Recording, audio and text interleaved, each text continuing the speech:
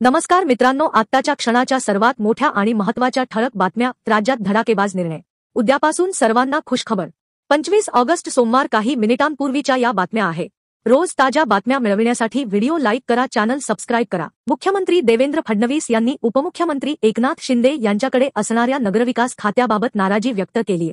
नगरविकास खात्याचा कारभार सुमार असून अधिकाऱ्यांनी लवकरात लवकर सुधारणा कराव्या अशा सूचना मुख्यमंत्री फडणवीस यांनी दिल्यात. केंद्र सरकारच्या योजनांबाबत पुनरावलोकन करण्यासाठी बैठक आयोजित करण्यात आली होती. या बैठकीत मुख्यमंत्री फडणवीस यांनी नगर विकास विभागाच्या कारभारावर ताशेरे ओढल्याची माहिती सूत्रांनी दिलीय. पुढील बातमी बघा. पगारासाठी शासकीय कर्मचाऱ्यांना सप्टेंबर महिन्याची प्रतीक्षा करण्याची मुळीच आवश्यकता नाही. कारण बाप्पाने शासनाला सांगितले असावे, म्हणूनच तर सरकार कर्मचाऱ्यांवर मेहरबान झाले. कर्मचाऱ्यांना गणपतीचे धूमधडाक्यात स्वागत करण्यासाठी अगोदरच वेतन देण्याचा निर्णय शासनाने घेतला आहे. आता चिंता नसावी, असाच सूर कर्मचाऱ्यांचा उमटला आहे.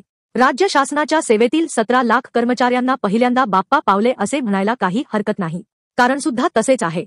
राज्य शासनाच्या वित्त विभागाने 21 ऑगस्ट 2025 रोजी आदेश जारी करून राज्य सेवेतील कर्मचारी, निवृत्ती वेतनधारक, महामंडळे या आस्थापनामध्ये कार्यरत कर्मचाऱ्यांना सप्टेंबर महिन्यात होणारे वेतन ऑगस्टमध्ये देण्याचा निर्णय घेतला आहे.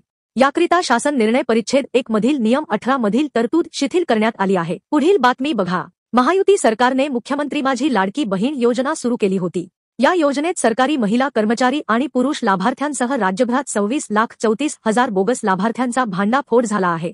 उपमुख्यमंत्री अजित पवार यांच्या पुणे जिल्ह्यात सर्वाधिक 2,04,000 तर एकनाथ शिंदे यांच्या ठाणे जिल्ह्यात 1,25,300 बोगस लाभार्थी निघाले आहेत. उपमुख्यमंत्री अजित पवारांना याबाबत प्रश्न विचारला असता त्यांनी संतप्त प्रतिक्रिया दिली आहे. अजित पवार यांनी संतापून उलट सवाल करताना मग योजना बंद करू का, अशी प्रतिक्रिया दिली आहे. पुढील बातमी बघा. पुणे शहरातील काही भागात गणेशोत्सवादरम्यान दारूची दुकाने, परमिट रूम, बियर बार आणि रेस्टॉरंट्स बंद ठेवण्याचा आदेश राज्य उत्पादन शुल्क विभागाने दिला आहे. विश्रामबाग, फरासखाना आणि खडक पोलीस ठाण्यांच्या हद्दीत ही बंदी लागू करण्यात आली आहे, जिथे गणेश मंडळांची संख्या जास्त आहे. पूर्वी ही बंदी केवळ गणेशोत्सवाच्या पहिल्या आणि शेवटच्या दिवशी मर्यादित होती. मात्र शहरात कायदा व सुव्यवस्था राखण्यासाठी पुणे पोलीस आयुक्त अमितेश कुमार यांनी जिल्हाधिकाऱ्यांकडे संपूर्ण उत्सवासाठी ड्राय डे घोषित करण्याची विनंती केली होती.